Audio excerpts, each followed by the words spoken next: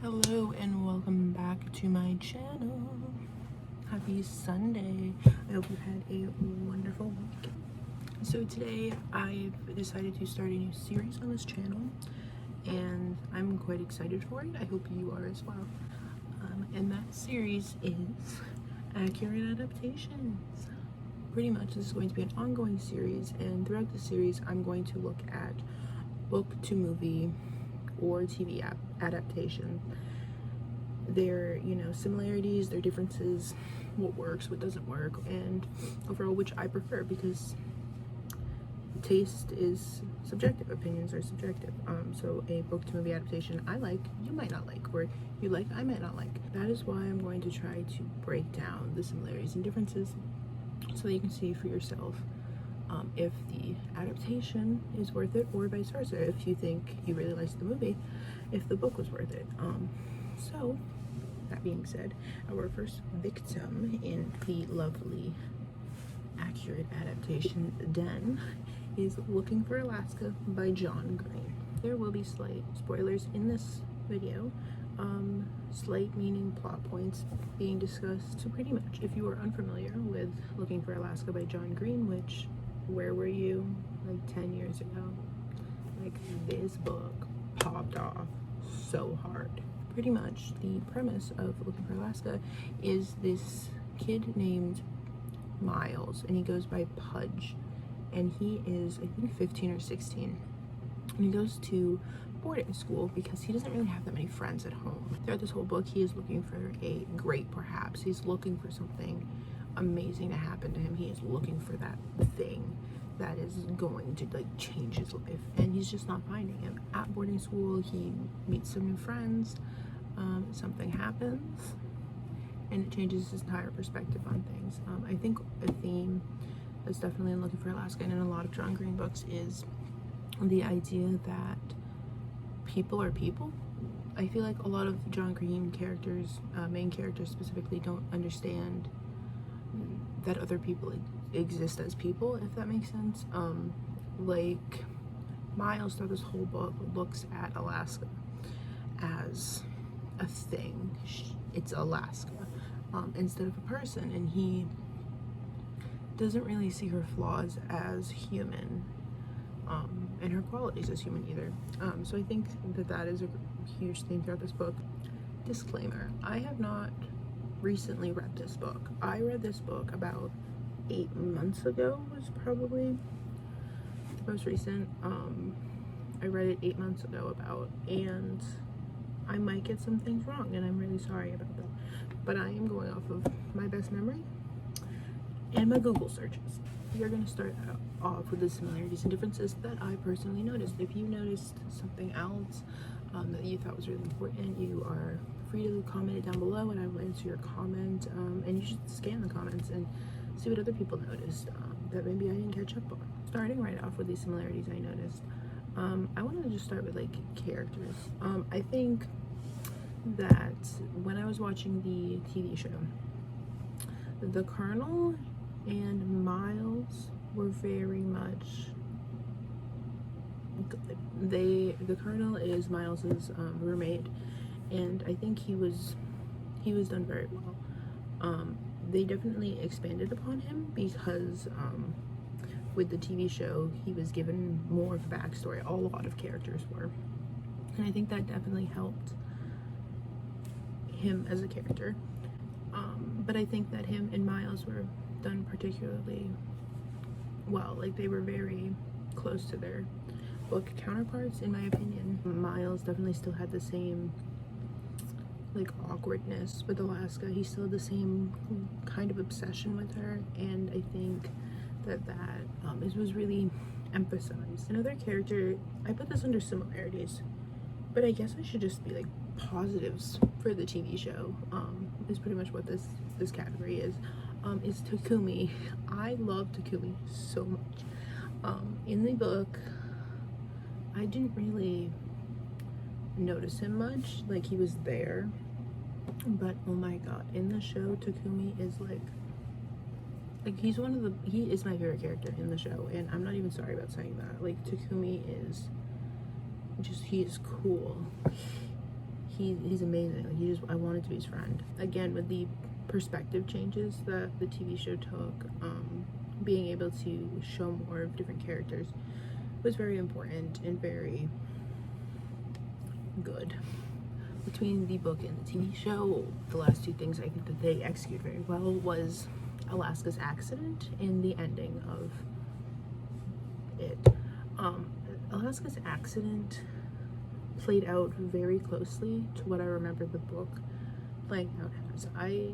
When the accident happened, I was like, oh yeah, that is what happened. I wasn't like, that's not how it happened in the book. No, I was like, yeah, that's how I saw it happening. It played out almost identically from my recollection. Again, I could be wrong, but I think that when I was watching it, I didn't go, oh, that's not right, that's not how it happened. I think I can give a point to the TV show. The accident played out very similarly. Played out very similar, yeah, okay. It played out very similar to how I imagined it in the book. So for that, I give props to the TV show, because they were able to take this like monumental moment that is like the whole basis of the book, and they did it so well. And the final thing that I have to give the show props for is the ending. The ending of the book is very ambiguous.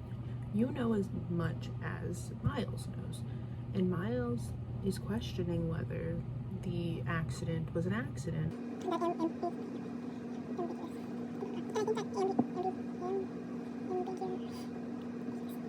I think the ending being ambiguous like that was necessary, and I understand that if you'd never read the book, it could have been frustrating to not really know the answers at the end.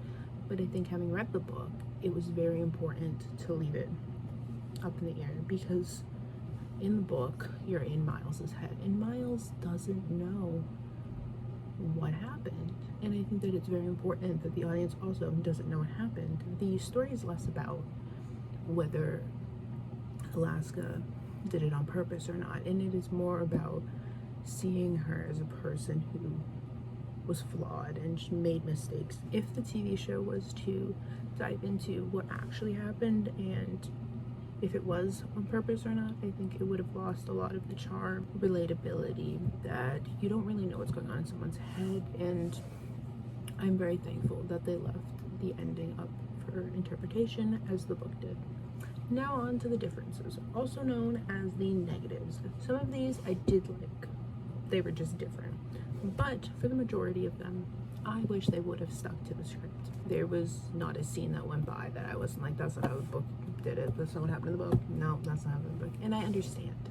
I'm being that person. But I'm sorry. Most of these changes were unnecessary and just made the show worse for it, in my opinion. Another event change that they did was the prank at the end of the book. They took the prank from the book and they did those pranks earlier in the show, like episode 4 or 5-ish, and that left the final big prank for Alaska to be kind of weird. I'm not gonna say what it was, but it was weird, and if you've seen the show, you understand. And I think it's just, I think it was definitely a choice to have Alaska be there for her big prank at the end of the book, having her be there for it earlier in the episodes when they pranked them the first time. But I think it was just weird to have that last prank happen the way it did instead of the way it happened in the book, and I prefer the pranks that happened in the book. Now, my final two differences with the book and the TV adaptation bugged me so much, and I don't know about anyone else who watched it, but it just like irked me to no end. The first being Alaska Young. I am sorry, that is not my Alaska. Like, no, that is not my Alaska. Like I was saying, with the changing perspectives, you got to know more about the characters. One character we shouldn't have got to know more about was Alaska. Her whole thing in the book, the reason that Miles doesn't see her as a person is because she's so mysterious, and she just has this essence about her that makes him want to know her. And he doesn't see her as a person because she has this, you know, air around her where it's like, oh, I don't really know you. And then that is such a big point in the end. The reason Miles can't understand if she caused the accident on purpose or not is because he doesn't know her that well. And they were friends for months, but he doesn't know her because nobody really knows her because she's so closed off and so mysterious, and she's just Alaska. Like, her whole thing is being a ball of mystery. And I think that the TV show peeling back the layers of her was not a good choice because it takes away from the point. And diving really deep into her backstory and her background was not a good choice because it just took away the whole thing that made Alaska Alaska. Alaska was mysterious. Nobody really knew her. And I think that taking that away really took away the essence of this story, and in my opinion weakened the TV show, and having that mystery there really strengthened the book.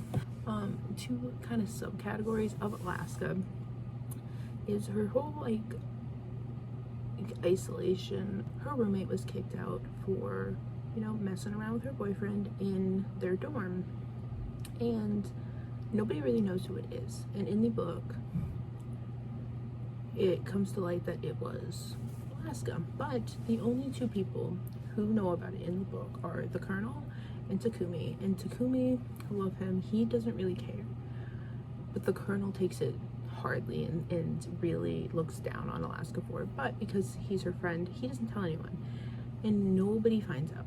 It stays with Takumi, the Colonel, and Alaska. In the TV show, it is made a big thing where the entire school finds out that she ratted on her roommate and got her expelled. I understand that they had a lot of episodes to fill, so they needed more drama and they needed more issues. The fact that Takumi and the Colonel were the only people that knew strengthened Alaska's like connection, especially with the Colonel, because he was upset with her, but he wasn't going to tell anyone because she was his friend. And I think that was such an important point, that they were the only ones who knew, and it didn't go further than them. And the fact that the whole school found out in the TV show, it just felt wrong. I think that the show was trying to add another layer to the theory that Alaska caused the accident on purpose because she was isolated. Nobody really wanted to talk to her at school. Everyone thought she was a rat, and I get that, but I don't think that they needed it. The whole charm of Alaska is that because she's so mysterious, you don't really know if she did it on purpose or not. So I think adding these layers of trying to like cause a reason that she would have done this on purpose was not a good choice, and that shouldn't have been done. The last thing about Alaska is her relationship with Jake. Again, in the book, her relationship with Jake is great. They are thriving, they are doing great. Although he is in college, I think, he is still there for her. They are doing great. You know, the night of her accident, she called him because it was their anniversary, and they have like a healthy relationship. This healthy relationship like just makes Alaska's character so much more because she's always looking for something else. She's looking for something more. Like, her relationship with Jake is perfect in every way possible, but she wants something more than that. In the show, they make it like this weird destructive relationship. There's this random other character that's thrown in that Alaska's like, Jake should just date her. It's like not really, like, Alaska is such a toxic girlfriend in the show and destructive, and she breaks up with Jake at one point. I think they're broken up when she gets in the accident. I don't really know. Again, the show was trying to add another layer to the idea that Alaska could have done this on purpose. If they had just stuck to the book, it would have played out itself like that, because she always wanted something more. Like, she was always looking for something more. Even though she had this perfect boyfriend, she was always looking for something more and to expand upon it and to be something better and to get something better, and that just made her a more complex character. And without trying to like knock her down and give her a reason to do this on purpose, the book really emphasizes the complexity of humans, and I think that the show definitely missed the mark there. The final thing that is different between the book and the TV show that drives me nuts is the before and after sections. Looking for Alaska, the book is divided into 2 sections: before Alaska's accident and after Alaska's accident. The TV show does the same, only out of the, I think, 8 episodes, only the last 2 are dedicated to after, everything else is before. I understand their reasoning. They need to build up the friendships and the relationships with people. I get that. But the pacing of the show was so bad. They added so many extra storylines to the before and barely focused on the after, when in my opinion, the after in the book is a lot more interesting. It's a lot more about humans and Miles finally realizing Alaska was a person and had things going on. They're trying to figure out if she did this on purpose, and it's so good in the book, and in the show they completely butchered the ending. They had, I think, the colonel get into an argument with Alaska's dad at her funeral. There's this weird part where I think Miles talks to Jake at one point. I don't even know, because I blacked out, because the last 2 episodes, the after, is not good. It's just not. And I think that they paced this show wrong. They really messed up with the pacing of this show by adding in storylines that didn't need to be added into the before in order to try and make Alaska seem like she could have done it on purpose, when if they had just stuck to their source material, the story would have written itself. Because of the type of person Alaska was, we don't know if she did it on purpose or not, but I think that adding in all these extra storylines to try and make it so that Alaska is more likely to do it on purpose was such a bad decision, and someone should really apologize to John Green, because Looking for Alaska is a great book, and this show did not do it justice at all. Wow, I talked a lot. Okay. Got a little heated there. We are now in my final thoughts on the show. Like I just emphasized, I think that the pacing was really bad. I think the show really suffered from it being a TV show and not a movie. Most people who love John Green probably don't even know that Looking for Alaska has an adaptation, because it is so bad. And not bad in a sense of it's a horrible show. It's actually a pretty good show if you don't have the backing of the book, because it just goes off script so much and misses the mark. And it misses every point that the book emphasized. I think that the show alone, without the book, if it was an original kind of thing, it would have been an okay show. They did do a good job of capturing like the teen drama thing. I think the cast was really good. They really resembled the teenagers and they played the parts well. But again, the show is only good if it wasn't coming from a book, because the book was so influential to so many people. I think that the show was a slap in the face to those people. That being said, I personally, if you couldn't guess it, I personally preferred the book to the TV show. I think it should have been a movie, and those are my thoughts. Let me know your thoughts down below. Did you watch this adaptation? Did you like it? I'm looking for everyone's thoughts here.